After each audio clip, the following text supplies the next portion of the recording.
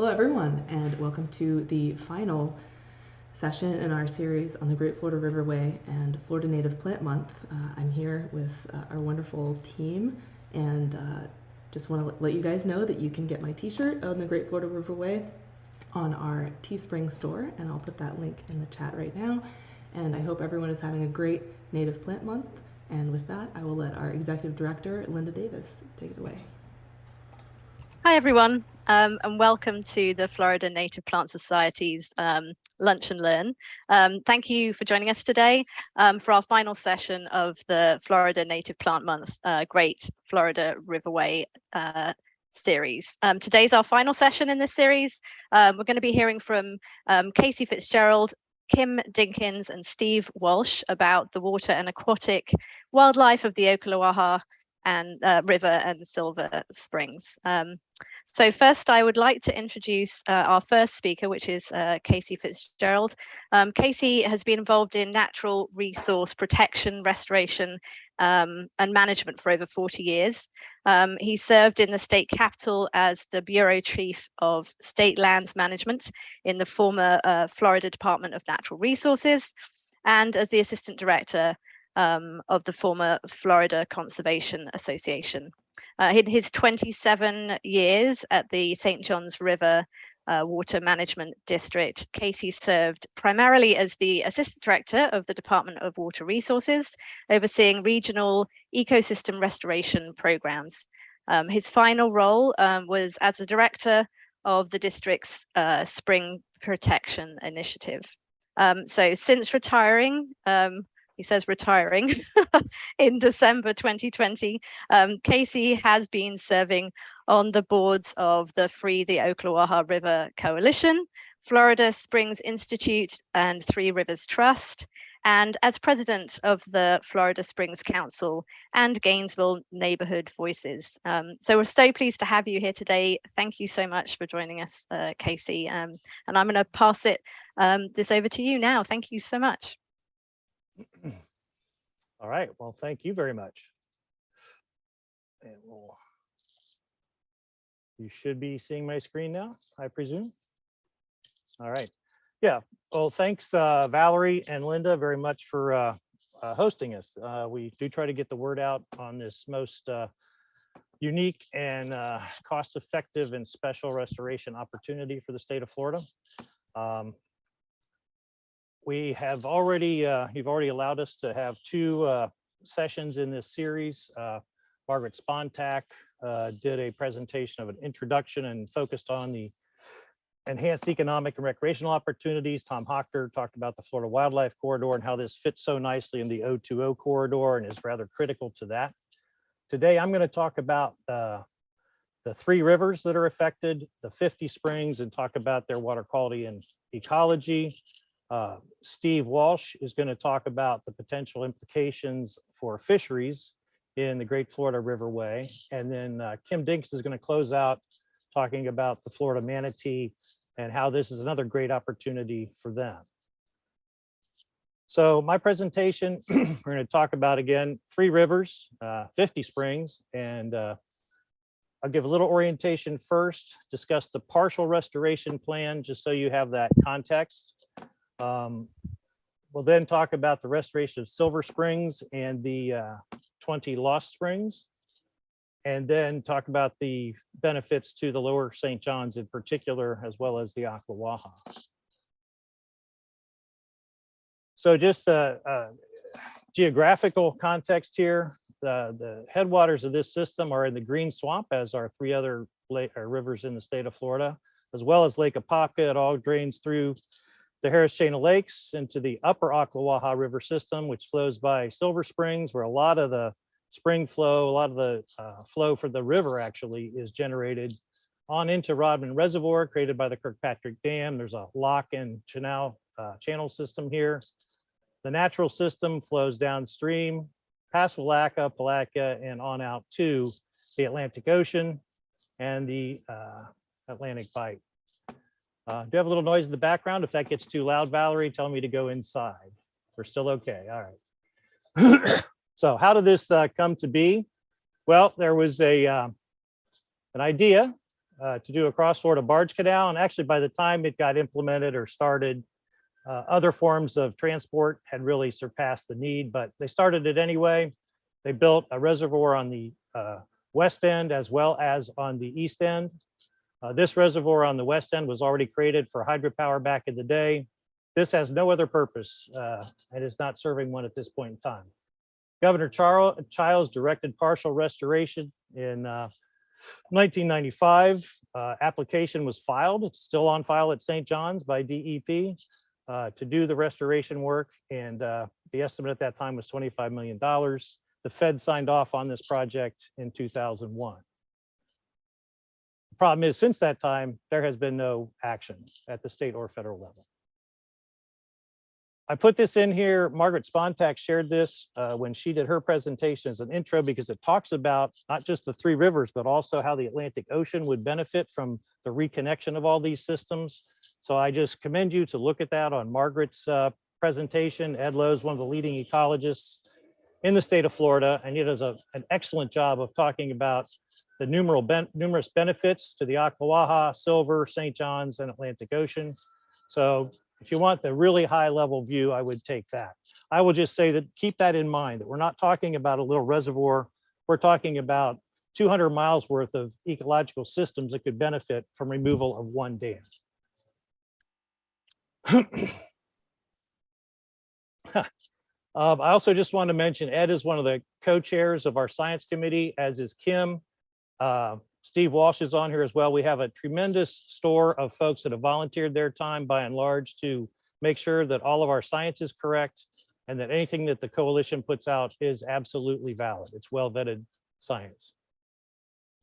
Moving on to just describe this restoration plan that's partial.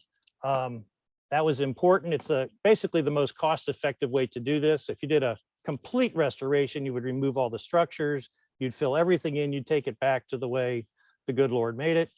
But you can get 99% of the benefits by doing a partial restoration, which is what the legislature and the governor agreed to do back in the day, even though they haven't funded it. So to do this, it's really pretty simple. You just backfill this part of the canal, you backfill what's called a tail race, which is draining from the opening in the dam. You dredge 2,000 feet of the historic river channel to make sure you get the flow. When you lower the water levels, it'll go back into the natural channel. And you do some floodplain leveling as you lower the water levels. So again, it's a pretty simple process here. You just want to really lower the water levels, get the hydrology right, and it'll be over a 3-year staged series of drawdowns. And then you breach the dam and you restore the flow right back into the old natural channel. And then there will be adaptive management to make sure you're getting the right plants in there. You don't want the exotics to come in and overtake things. So you got to take care of making sure that you're getting the right plants, plant what you need to, treat what you need to, and try to get this former floodplain forest of 7,500 acres to come back the way you want it. Now we'll talk about the springs features here, which are really pretty amazing. Interestingly enough, H.D. Odom, probably the leading ecologist, certainly of his time, and one of the fathers of ecology, actually did his work on Silver Springs in 1955, which is great because we have a database that goes before the dam was put in place in 1968. We're using some of the slides from the Institute. So to restore the ecology of Silver Springs, we really do need to get the dam out of the way. Bob Knight, who's the current executive director of the Florida Springs Institute, has said that very clearly. You just cannot restore Silver Springs, which is one of our most iconic springs, kind of Disney World before Disney World was here. People used to come here all the time. It is not what it used to be. It still looks good to the visitor from afar, but if we got all these fish back, as Steve will be talking about, and getting some other, the ecology back in sync, we would have a much healthier system. As a matter of fact, the first piece of work that Bob Knight did was his Ph.D. work in the late 70s, and he indicated that 90% of the fish biomass was gone by the time he did it. So again, his mentor, H.D. Odom, did it in 55, and by 1980, 90% of the biomass of the fish were gone. And again, Steve will get into much more detail on those fish. And perhaps even more amazingly, there are 20 springs suppressed under this reservoir. It's pretty hard to fathom that you could restore, you could recover 20 springs by removing one dam or actually just breaching that dam. This would also increase flows to the Ocklawaha and St. John system. And it's really pretty obvious when you look at it from a financial perspective. There is no more cost-effective springs restoration project in Florida. The state of Florida earmarks $50 to $75 million a year. You could do this one project, get 20 springs back and restore Silver Springs for the cost of one annual allocation of springs funding. These are some examples, a painting of one of the springs that is now inundated, as shown here, from back in the day. This is what Cannon Springs looks like when the reservoir is full. When they drop it down about 7 feet to do some management of the pool, you start to see the spring boil. However, you still have about 8 feet of water on top of the springs. But these springs, 20 of them would come back. I don't know if any of you have been to Gainesville. You might have gone up to the Itchituckney. If you paddle down the Santa Fe River, it's like every half mile there's a spring. You could have the same experience on the Ocklawaha system if we got this reservoir drained and the river restored. So finally, for my commentary today, the ecological and resiliency benefits to the Ocklawaha and St. John's, and another coalition partner loaned me some slides, St. John's Riverkeeper. We have multiple issues going on in Lower St. John's. We've got, unfortunately, most of the eelgrass has disappeared.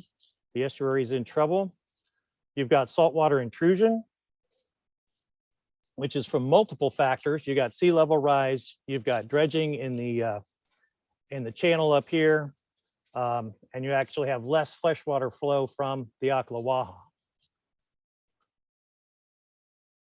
Multiple factors contribute to harmful algal blooms, and one of them is the lack of timely delivery of water and nutrients that are necessary for a healthy downstream ecosystem in the lower St. John's. And so all of these contribute to a loss of habitat and impacts a lot of commercial operations actually downstream. So how does the reservoir and its management cause these adverse impacts? Well, number one, the reservoir storage reduces downstream flow by a minimum of 150 million gallons a day due to that suppression of spring flow and evapotranspiration off of a shallow pool in a very warm environment. The drawdowns also impact the hydrology, chemistry, and ecology of the downstream waters. And one of our scientists did a very good study when he was with St. John's. He has also done a presentation putting it all together to go into the nuances of that, which I will not do today. But just keep in mind that not only is the hydrology compromised, but the chemistry and therefore ecology downstream are adversely impacted. And one of the reasons this happens is every 3 to 4 years, they do a drawdown. And so at this point, they send excessive water downstream. Then they hold it at a certain point, and then they bring the water up in the reservoir. What that does is it starves the downstream estuary of that water. And it just so happens that's in the driest part of the year when the river really needs it the most. So it's adversely impacting the flow. It also, again, precludes delivery of certain nutrients and compounds that are actually crucial to having a healthy downstream pelagic ecosystem. So finally, on the lower St. John's, restoration would bring over 150 MGD of cooler, clearer fresh water. And that clearer fresh water will be helpful to the eelgrass recovery. The deeper the water, the darker the water, the less the ability of the grasses to recover. You could support the restoration of the eelgrass that way. We'd offset saltwater intrusion, enhancing coastal resiliency. It improved the water quality, again, by the timely delivery of the nutrients and compounds that are necessary for a healthy downstream ecosystem. And all this would help offset. What you're doing is you're actually feeding the good algae, and therefore they can outcompete the bad algae. So that's simply put. But again, you have healthy algae, you have good algae, and then you have the harmful algal bloom algae that are toxic. This would be encouraging the healthier natural system, and then the commercial and recreational fisheries would also all benefit. So if that's not enough reasons why we should do this, let me turn it over to Steve Walsh, and he can tell you about the fishery component of this in much more detail.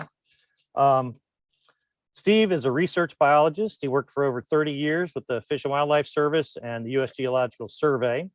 His interests are in the area of conservation biology, biodiversity, and ecology of aquatic organisms, especially in freshwater streams and rivers of the southeastern U.S.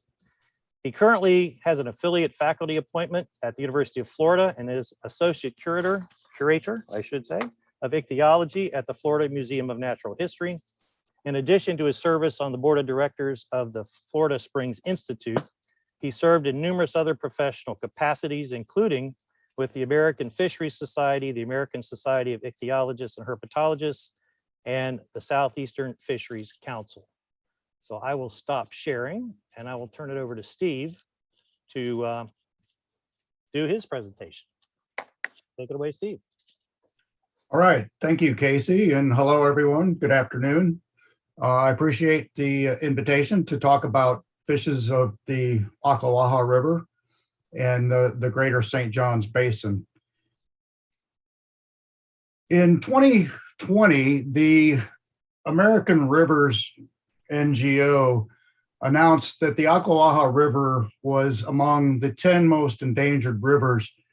This is an annual announcement that American Rivers makes every year. And of course, the Ocklawaha being endangered principally because of the presence of the Kirkpatrick Dam and the Rodman Pool. And more than coincidentally, 2 months later, the Bass Angler Sportsman Society announced that the Rodman Reservoir was one of the top southeastern bass fisheries of the decade. And of course, this is the major conflict with respect to restoration, as everyone I'm sure is familiar. And Casey's already outlined the system of the presence of the dam and the reservoir and the implications for what restoration might mean. So I'm going to talk about general fish diversity within the St. John's, focusing particularly on the Ocklawaha River and on its major tributary, the Silver River. The fish diversity consists of about 30 families represented by 73 genera, about 108 species that occur within freshwater habitats. And putting this in perspective, there are about 220 species within the entire state of Florida that occur principally in freshwater habitats. Within the St. John's, we have what we consider 58 primary freshwater species. These are species that are exclusively limited to freshwater habitats. But because of the connection of the St. John's to the Atlantic Ocean, there are also a large number of marine, in what we consider marine invaders, species that are primarily distributed in marine environments, but that penetrate far inland. We also have 7 diadromous species. These are species that use both freshwater and saltwater habitats in their life history, and I'll discuss those briefly. And then we have some non-native species, nothing compared to South Florida, but nevertheless, some of these non-native species have substantial implications in terms of the ecology of the native species. So just going through sort of a pictorial slideshow of some of the representative species of fishes in freshwater habitats in the St. John's River, we have these ancient lineages of fishes that date back to hundreds of millions of years. 2 species of sturgeon, the short nose in the Atlantic, the bowfin, the gars. Shown here on the left-hand side are some of the representative minnows. This is the largest family of freshwater fishes in North America, particularly with its diversity in Eastern North America. On the right-hand side are some of the representative catfishes, the family Ictaluridae, which is endemic to North America.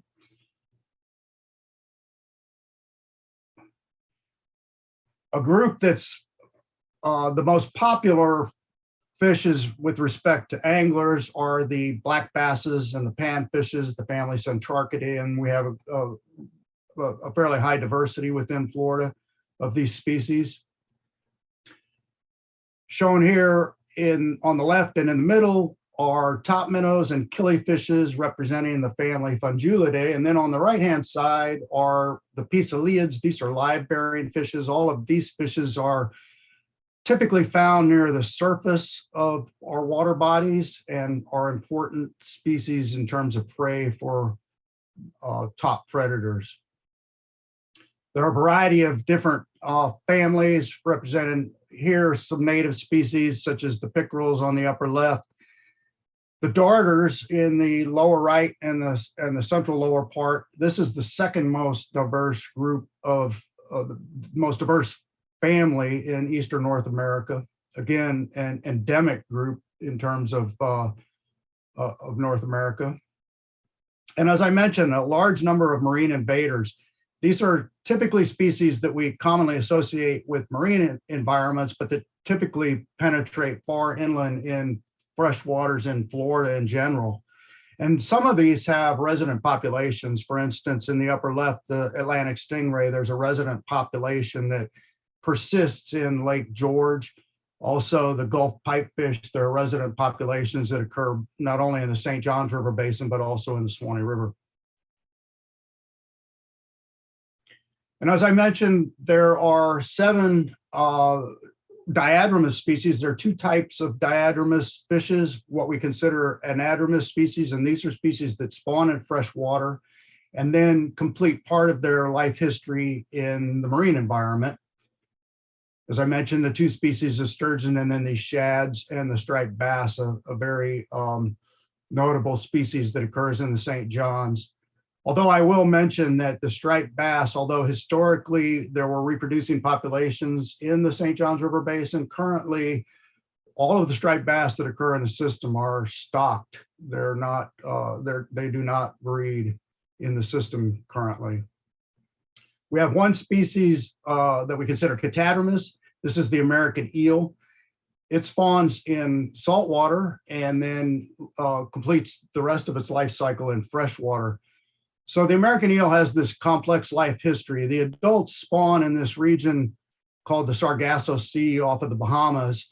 And after spawning, the eggs and the larvae, shown up here as a leptocephalus larvae, drift within the Atlantic gyre in the plankton.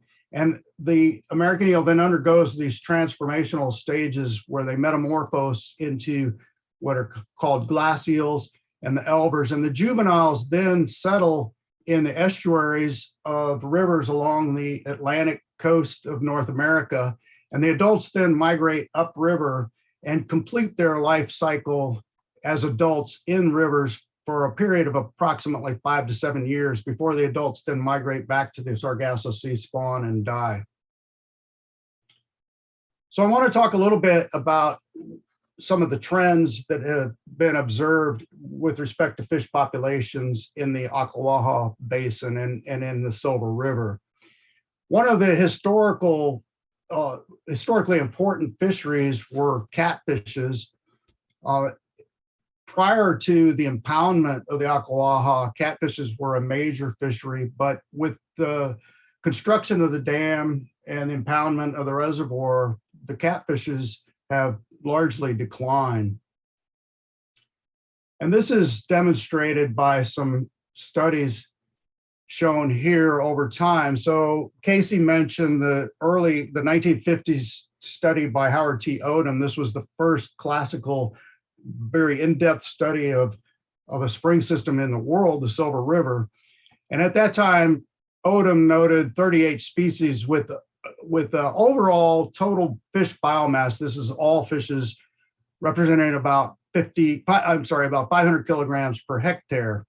Then Bob Knight in the late 80s repeated that study and noted a substantial decline both in the fish richness, the taxonomic richness, as well as the biomass. And then in recent years, studies by the St. John's Water Management District and independent groups, including Bob Knight, have noted this substantial increase in total fish biomass, but still a relatively lower number of taxonomic richness. So what's behind this sort of this observed trend, an apparent increase in biomass?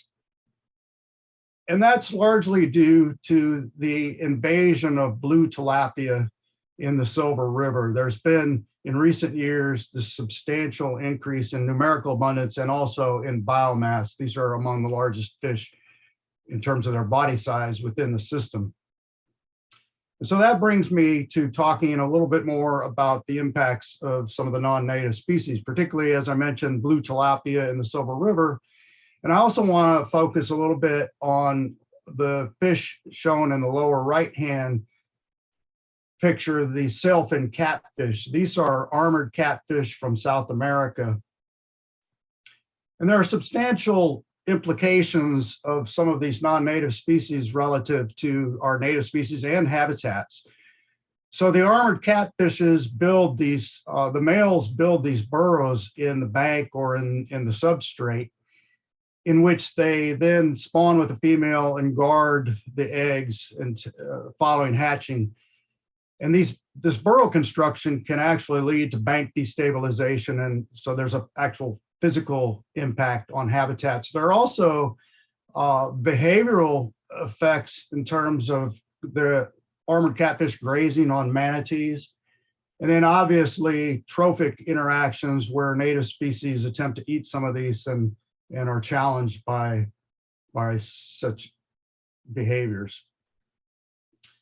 So I want to just focus a little bit on what are some of the impacts to altered flows, specifically thinking about the Ocklawaha and the impoundment formed by the Kirkpatrick Dam. So water flow is a major driver in terms of the ecological integrity of flowing systems. And there are these 5 major factors that relate to the flow regime: the magnitude, frequency, duration, timing, and the rate of change. So any alteration of any of these factors has substantial implications in terms of the effect on our riverine fishes.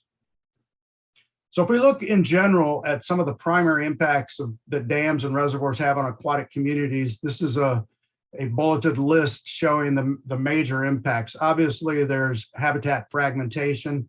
An important concern with respect to the Ocklawaha is the blockage of migration for these species that move back and forth between freshwater and saltwater habitats. There's generally a shift of riverine adapted species to more lacustrine or lake adapted species when we have impoundments in flowing systems. Alterations to seasonal and interannual flows, changes in water quality, as Casey addressed. An important consideration also with respect to seasonal hydro periods are the relationship between the main stem and floodplain connections. And this is an important consideration in terms of restoration of the Ocklawaha and a restoration of natural flow regimes that's important to the life history of these riverine adapted species. There are disruptions to the energy transfer between the river and the estuary. As I mentioned, altered trophic interactions. And again, the focus of the establishment of invasive species is enhanced by impoundments. So let's consider what would be the pros and cons of removing the Kirkpatrick Dam and restoring the natural hydro period of the Ocklawaha. So first of all, looking at what were some of the cons, well, obviously, there would be the elimination of the trophy bass and crappie fishery. And associated with that, of course, the recreational boating opportunities. And Casey also mentioned the tailwater fishery. So the tailwater fishery is an important component on a seasonal basis. So these would all be lost, but let's consider what would be some of the benefits. First of all, there's that longitudinal connectivity between the upstream and downstream riverine habitat, and improved water quality, which would, of course, also relate to a reduction in the need for the intensive and expensive management of non-native vegetation, including the reservoir drawdowns that are conducted on an approximately 4-year cycle. And as I mentioned, there would be greater access for these migratory species.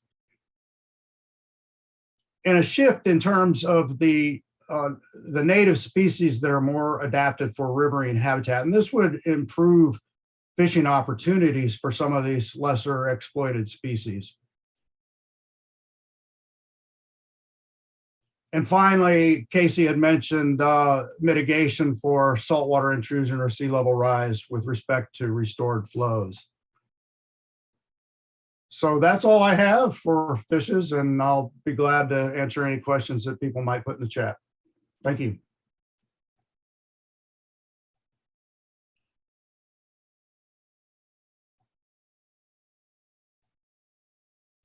All right, thank you, Steve. I'll take this opportunity to introduce Kim.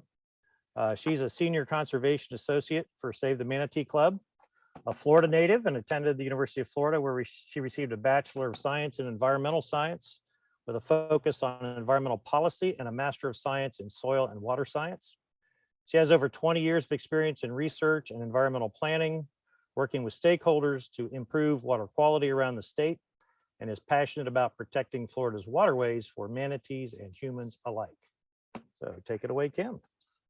Thank you, Casey. I'll go ahead and share my screen here.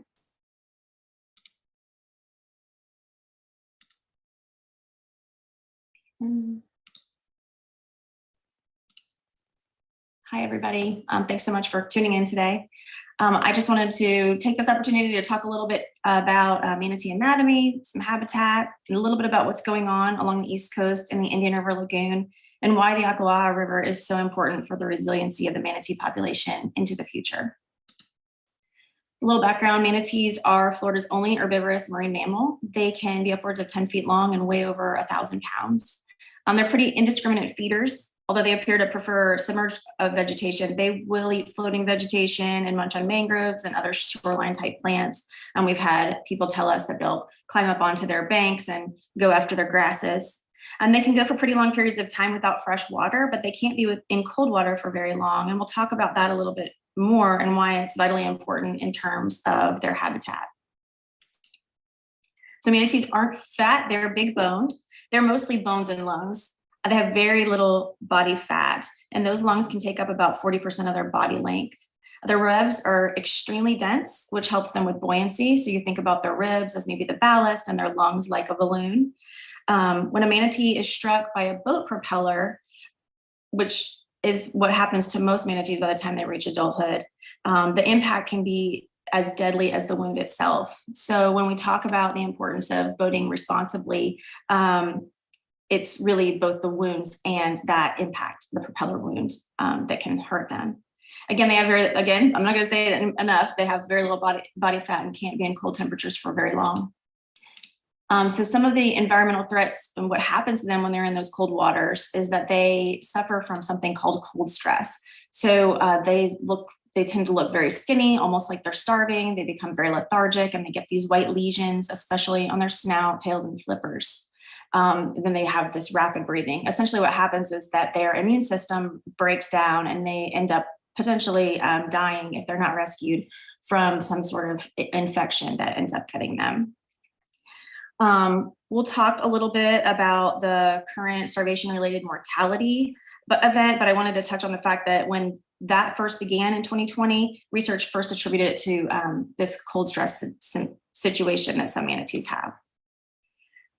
So this speaks directly to where we find manatees. Throughout the summer, they can typically be found in shallow coastal areas into Louisiana and then north into the Carolinas. But some really like to travel, and they can be spotted as far north as Massachusetts and as far west as Texas.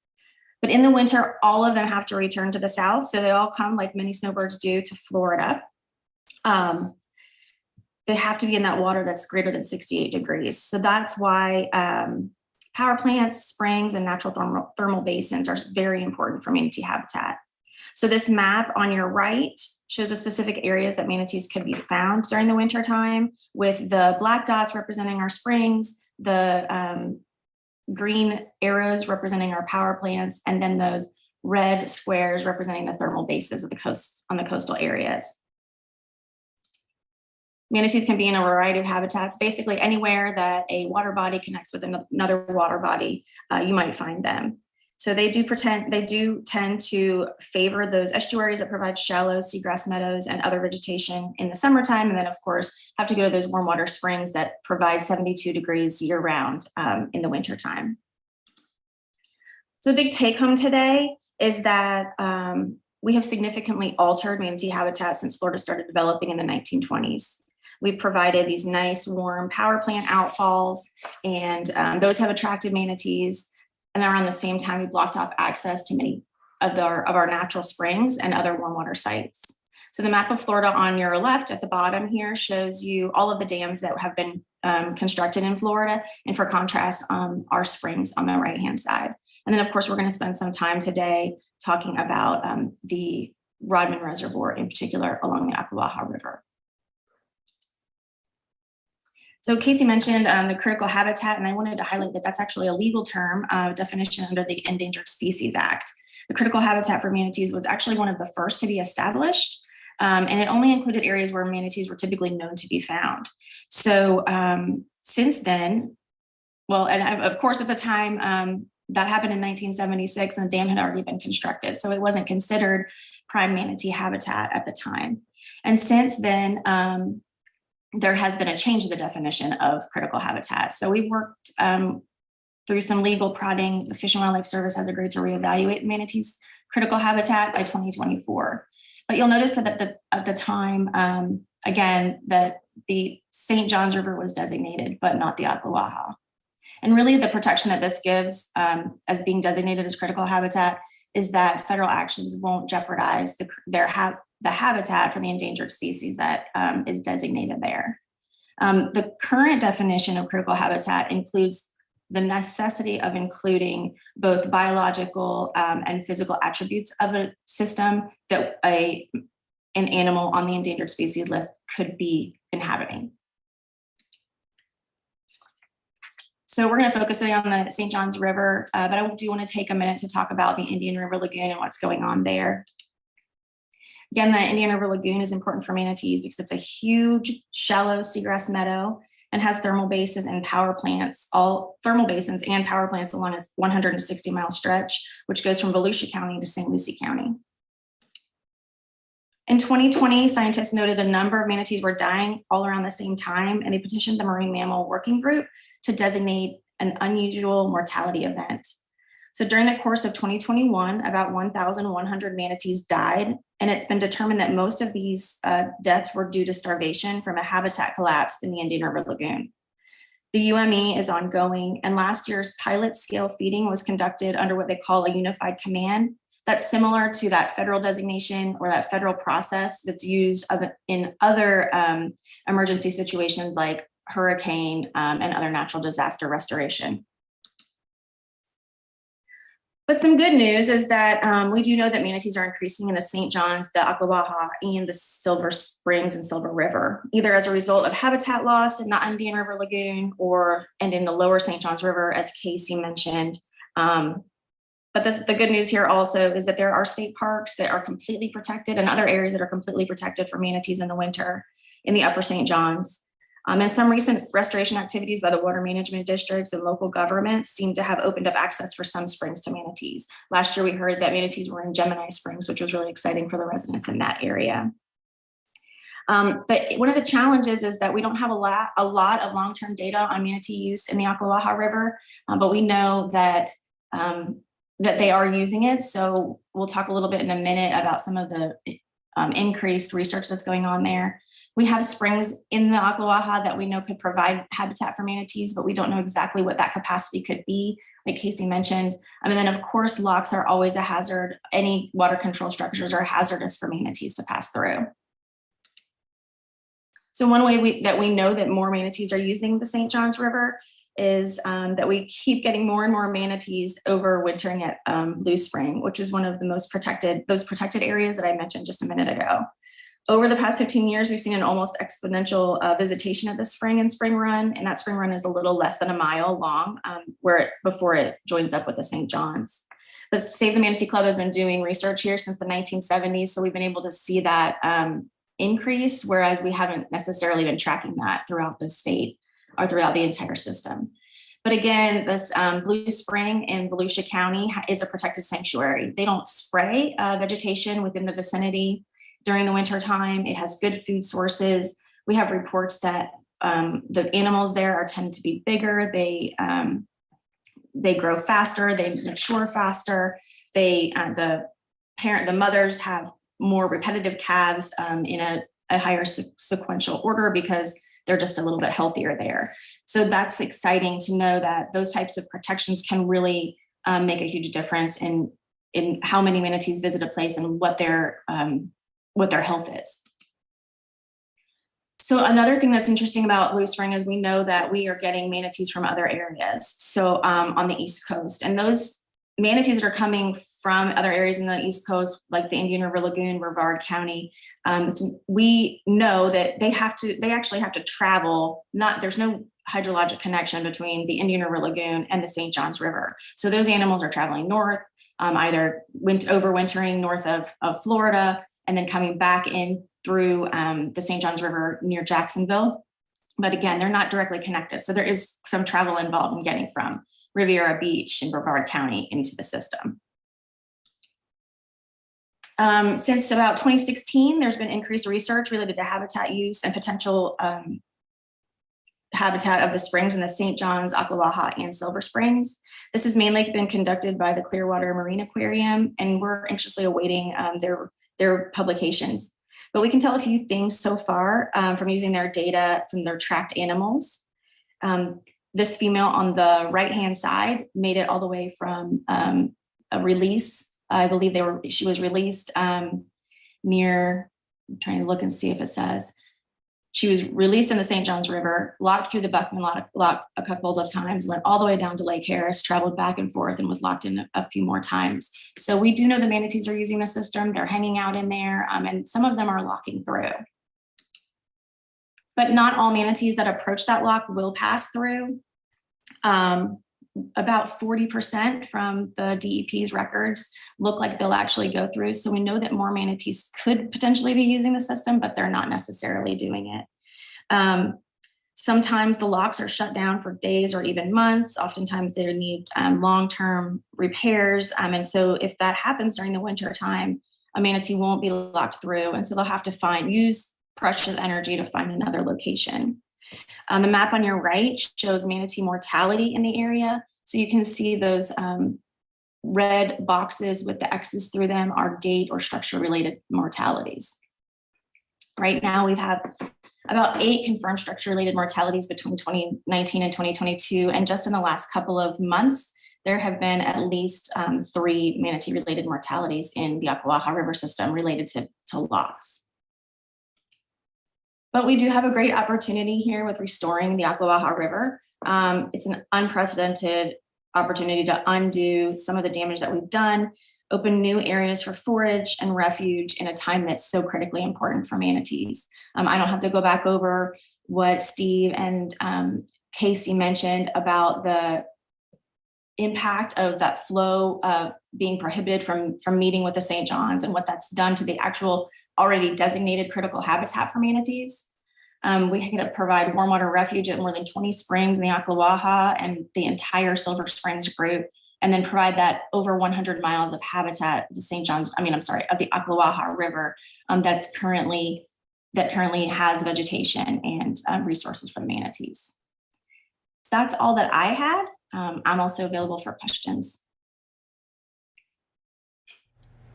Great, thank you, Kim. It's wonderful. I'll bring us back to the gallery. We have a number of really great questions. Let's start off with Rhonda Roth, and I believe this is for Casey. How deep would a restored Ocklawaha be, and would it be deep enough for manatees to make it to the springs?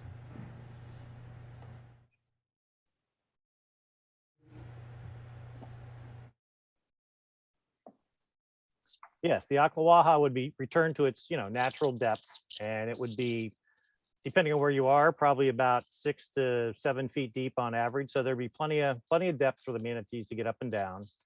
And as Kim mentioned, the ability for them to get up into these areas that have extensive vegetation. I mean, especially Silver Springs at this point would be like real vegetarian buffet where they could go up and not only have plenty to eat, but also be in a warm water system over the winter. So places like that would be very critical. But yes, they could migrate well up into the Ocklawaha and Silver Springs and even farther up the Ocklawaha system. Great. And then our policy and legislation chair, Jean, always with the very thorough questions, says a simple bathtub model depiction of sea level rise suggests with 2 meters of rise by 2100 that St. John's will be a brackish lagoon up to Lake Monroe. Will our grandkids catch redfish in Lake Monroe? That's for Steve. Well, you never know. I mean, again, I don't think of redfish as particularly one of those marine invaders that penetrate far inland, but you never know. I mean, tarpon make it all the way to Blue Springs in Volusia County. Again, I mean, I wouldn't be surprised in the future if redfish might occur further inland. Thanks, Steve. Our next one is again from Rhonda. She asked, when's the next drawdown? The next drawdown is scheduled for next fall, not this fall, but the subsequent fall. And frankly, we're hoping that's the last drawdown. We would like that to be the first phase of the scheduled drawdowns that would actually restore the system. So fall 2023. Mm-hmm. And Rhonda asks that what was the population of manatees when the Rodman Dam was constructed?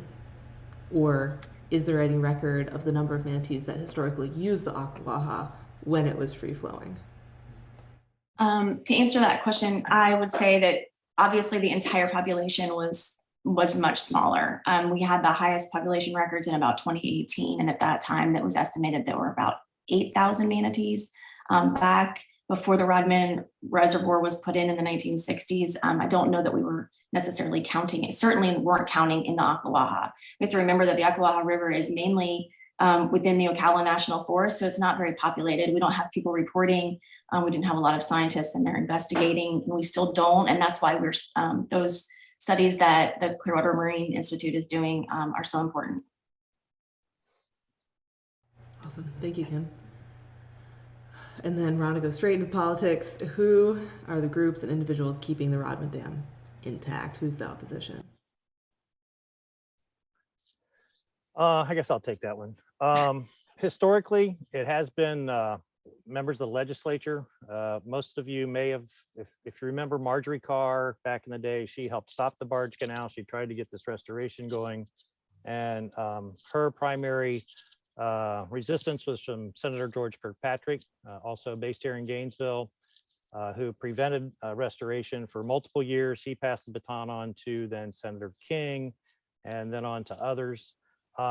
Since they have moved on, there's basically just been inertia on the part of the agencies to move forward. They perceive it to be it's a hot potato because there has been historically a lot of opposition, but frankly, what we've accomplished through this great Florida Riverway effort, and Margaret talked about this in her presentation, the public perception has changed dramatically.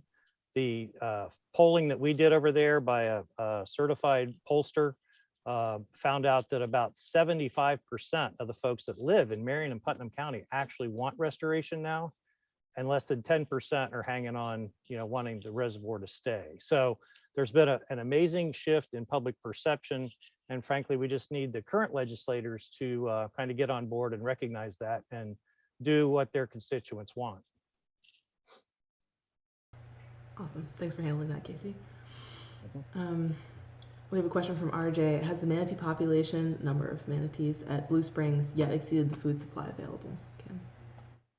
It doesn't seem to be. It has exceeded what the maximum carrying capacity studies had indicated it could be. This is the first time that it's exceeded that, but they keep coming back, and there is ample vegetation just outside of the spring run. since I have the floor, I wanted to circle back to the question about how many manatees are using the Ocklawaha. And I would say that the researchers estimate about 100 manatees are using the system right now. And do we have any historic numbers? Like, is that more than the past couple of years, or are these all? Definitely, yeah, it definitely is more than in the last decade, yes. But again, the population overall had been increasing. And so I just have a question about Blue Springs. So you showed that graph of like a really substantive increase in Blue Springs, but there's also a general population increase over the past decade or two. Yes, yes. When have the protections and practices at Blue Springs been implemented? Are those in the past 10 to 20 years? Those were in about the last 20 years. So there's no swimming at Blue Spring during the winter time. Again, there's the herbicide moratorium outside of the spring run, or outside of the confluence of the spring run and the St. John's. So we think that's definitely something that's bringing manatees there. And there are springs within this St. John's and Ocklawaha systems that are not protected in that way, that do have swimmers in the wintertime, and they're not as heavily used by manatees, even though the habitat may be there for them. Thank you. Let's see, Jean's back. How critical will maintaining freshwater flows through the entire Great Florida Riverway be to maintaining freshwater fisheries, manatee habitat, and groundwater sources / public water supply? That's a multifaceted question, if ever there was. That's a Jean question. Thanks, Jean. I'll touch on the water supply issue just briefly. Some people claim, frankly, that the reservoir would be a great, water supply. I mean, out west, you build reservoirs for water supply, even though they're kind of drying up now. But this one in particular, the St. John's did a study of that. And given the vast amount of evapotranspiration off this system, it's basically a net loss as a water supply source. Plus, it's not located anywhere near major, sources of need. So it was basically taken out of the water supply plan. So the reservoir, just as a note, is not a water supply component and would not be in any future water supply plan. Anybody else want to touch anything else that Jean threw out there? I can repeat. Freshwater fisheries. So he's talking about, so we're storing, we're advocating for a restoration one part of the system, right? This Ocklawaha part of the system, which is supposed to improve Silver Springs. So he says, how critical will maintaining freshwater flows throughout the entire Great Florida Riverway, which is St. John's and Silver Springs, to be maintaining freshwater fisheries, manatee habitat, and groundwater sources / public water supply, which Casey handled. That's us, Steve. Do you want to go first, or? I guess I didn't quite really understand the question there. I guess, okay, so, you talked about the fish of the Ocklawaha in the system, but I guess how critical, so I guess assess the criticalness of this. How important is this for fisheries? Well, I guess kind of like Casey said, it's a multifaceted question, but the species that come to the forefront for most people are those migratory species, the shads, the sturgeon, and we don't have a good historical baseline data set to really say for sure how important, say, the Silver River and the Ocklawaha are for those species. But I think most scientists, most aquatic scientists will agree that historically, at least for the shad, they were important along the entire Atlantic seaboard, and dams in general have been a major impediment. I mean, not just the Rodman, but dams all up and down the Atlantic seaboard have been a major impediment in terms of the restoration of those anadromous species in particular. But relative to the other species, basically the integrity of the flowing system will lead to changes that will improve the situation for those native river adapted species. I don't know if that really answers the question, but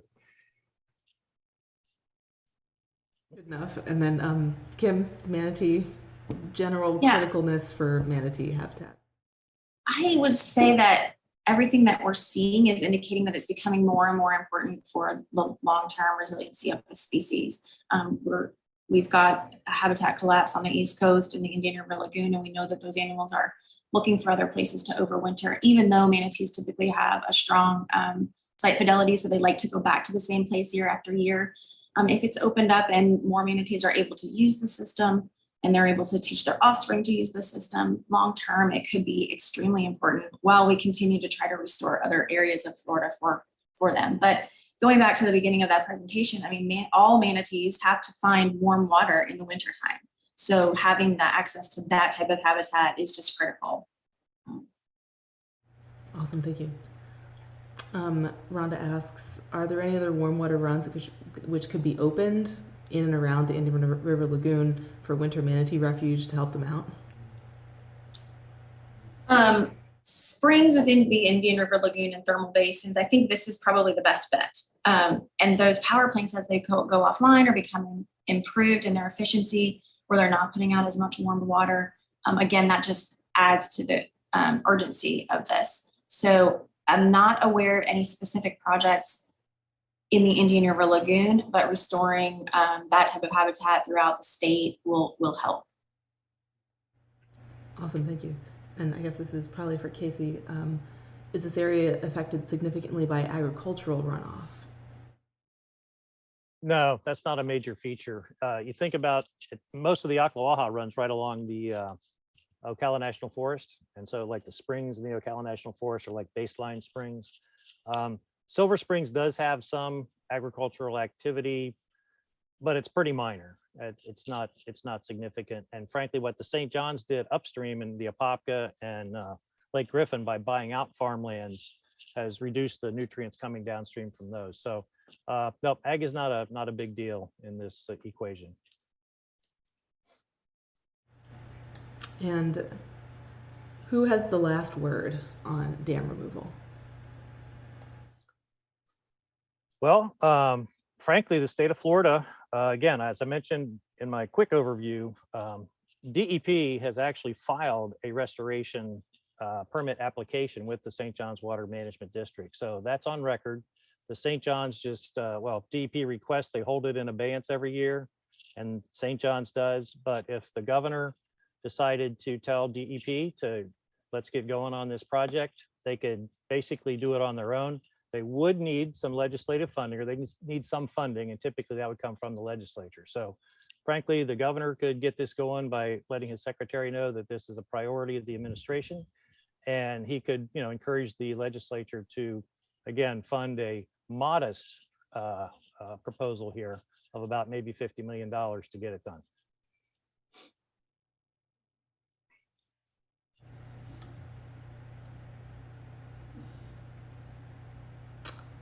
Another question from Rhonda. Where do the Indian River Lagoon manatees access the Ocklawaha from? From the mouth of the St. John's River. So they're accessing the St. John's River at around Green Cove Springs, which is north near Jacksonville. And then they come through the St. John's River, and then they have to pass through that lock system in order to get into the Ocklawaha and into Silver Springs. Awesome. So, we are on these advocacy calls. Well, I'm not on them, but Jean's on them. And, we're trying to get legislation through.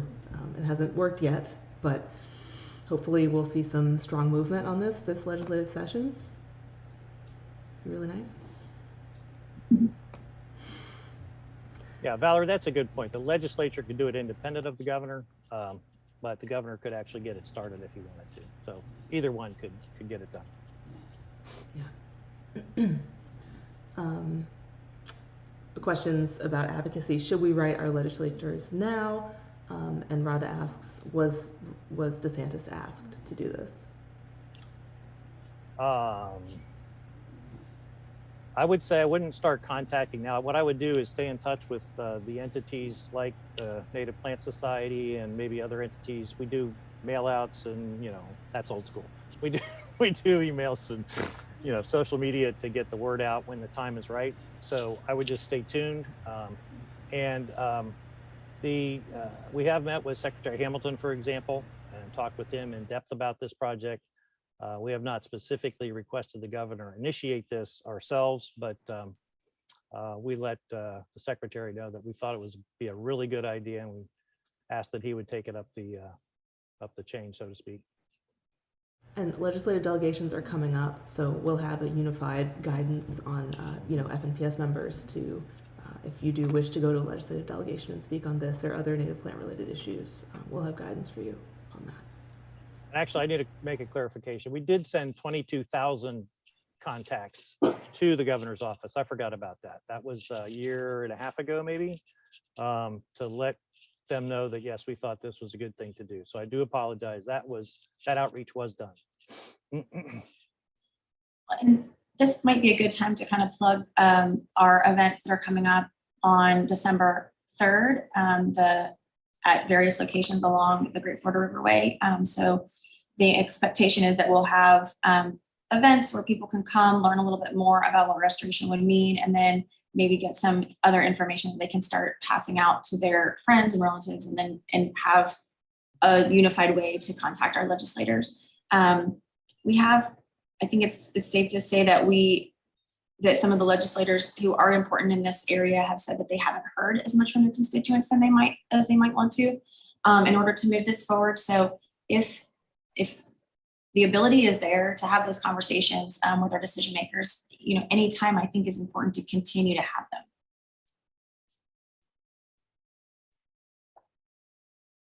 Okay, great. Well, with that, we are past 1 p.m. So I'll let everyone get back to their Fridays. Do you guys have anything? Any of you have anything else to add? I will just say, based on Kim's comment, if you're in the position where you can go meet with your legislator during non-session, like probably right after the election, things are going to calm down a little bit.